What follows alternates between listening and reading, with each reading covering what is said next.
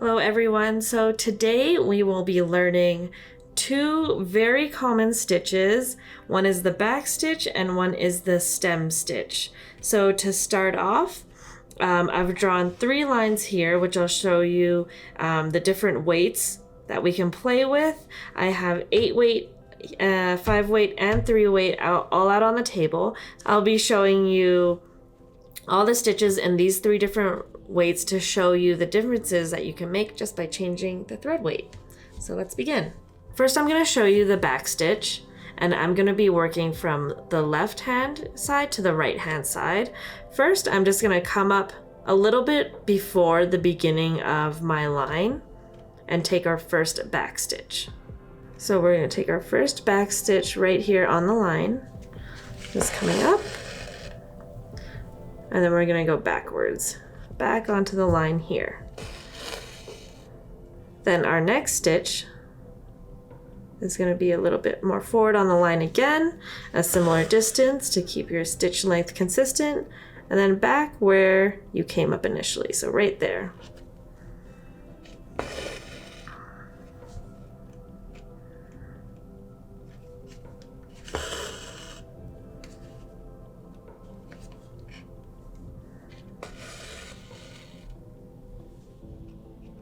And this is a very simple but versatile stitch as well. You can always grab another piece of thread and weave it under the back stitch. You can also play with different weights when you do that as well. Of course, this is a very common way to outline objects and shapes. Or simply just adding texture in certain places. And there's your back stitch. So it's very simple. The next stitch I want to show you is the stem stitch. The stem stitch is actually quite similar to the back stitch, except for there's going to be a little bit of overlapping or the illusion of overlapping involved. So again, we're just going to come up on the line right here. I'm going to hold this thread down. I'm going to go forward a little bit more, a little bit bigger of a stitch. And then before I pull it all the way through, I'm actually going to come up halfway right there.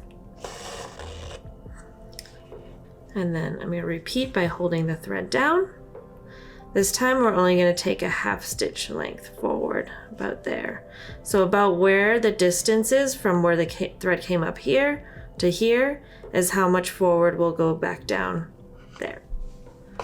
And before we pull it through, we're going to come back up right there, like that.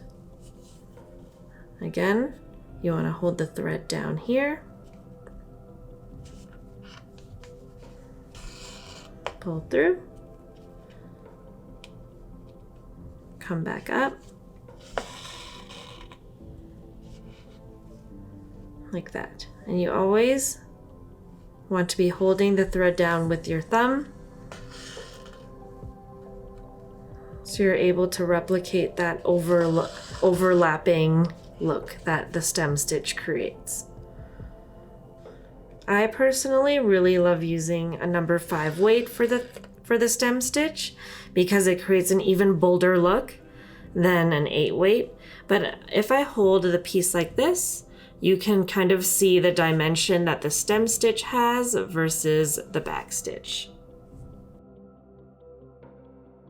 And we're just going to end it off by just going back on the line right there. So that's your stem stitch. Now I'm going to stitch out the back stitch again here and the stem stitch here in 5 weight and then in 3 weight, so you can see the differences that thread weight can make.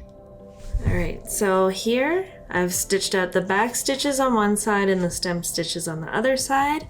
And again, it's a very basic stitch with many different applications, very simple to use. So there's the back stitch and the stem stitch. Thanks for watching. And if you enjoyed this video, don't forget to like and subscribe for more great tips, tricks, and tutorials. You can also sign up for our weekly newsletter to get the first look at free projects, sewing tips, and inspiring tutorials delivered right to your inbox. Check out the description box below to sign up, as well as find a list of stores and retailers that you can purchase WonderFil threads from in your country.